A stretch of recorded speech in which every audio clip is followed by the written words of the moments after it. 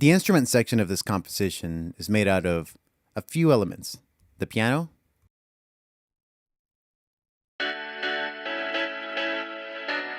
the guitar,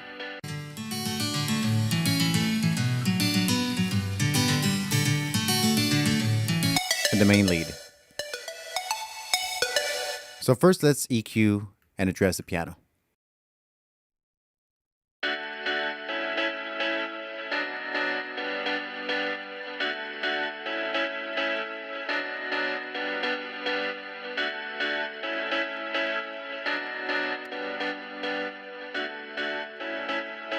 There's a couple of things that I want to address on the piano. First, you want to make sure that it cuts through the mix. We're dealing with claps, percussions, we're dealing with bass, which is a percussive bass. We have the main plug lead, and the piano is a supporting element, but it's still important in the mix. So we're going to be doing mostly EQ moves, and we're going to do, again, small changes to each one of these. First off, we're going to use the HA32C.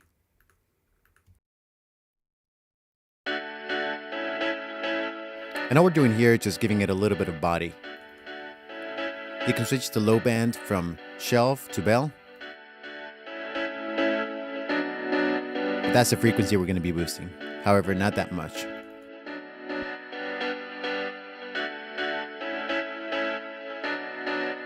We want to boost just enough with each one of these processors. That sounds thin. That sounds a little bit more full. Next up, we're going to use the PEV, and this is a very interesting processor. On the low band, you have a fixed 60 Hz cycle where you can cut down to 15 dB or you can boost up to 9 dB. On the mid, you can select between 700 and 5.6 Hz, and all you can do is boost.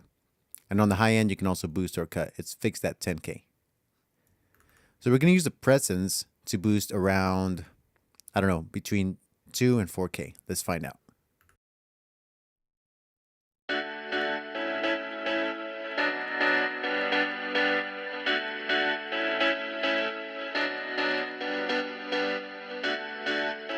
That is a little bit too high. It makes it sound thin now.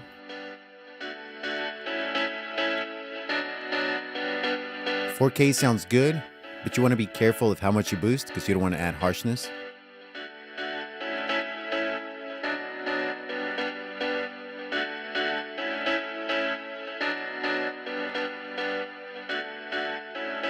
So what's interesting to note here is that with the first EQ, we're boosting up the low mids, and this is going to give us a more fuller sound. But then we're losing some of the attack and some of the presence, and we're boosting that with the PEV. Next up, we're going to use the X903 compressor just to hold it in place. We want to make sure that this piano doesn't stick out too much in the mix. In fact, let's see where we are in comparison to the drums.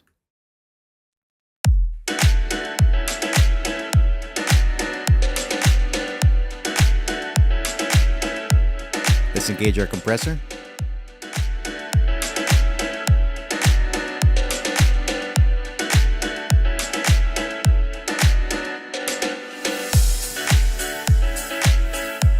You're going to notice that without the compressor, the reverb in the background just drowns out in the back.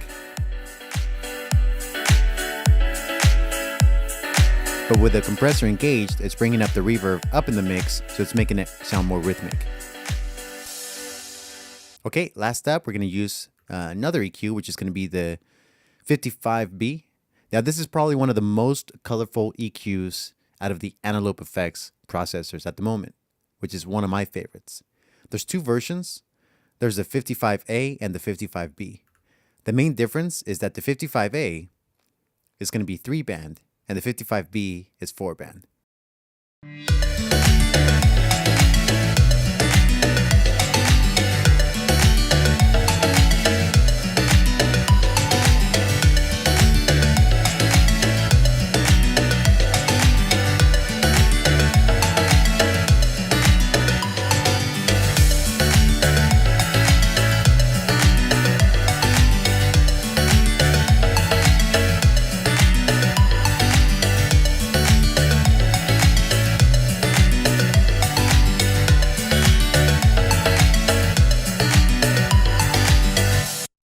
very subtle, but a 2 dB boost goes a long way, especially with this plugin.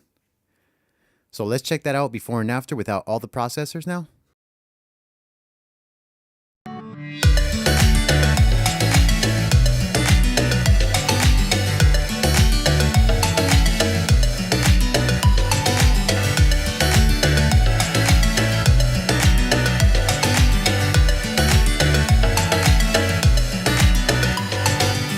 So we were able to shape the piano sound, add a little bit of rhythm with the compressor, and make it stick out of the mix, but not too much, with the 55 beat color EQ.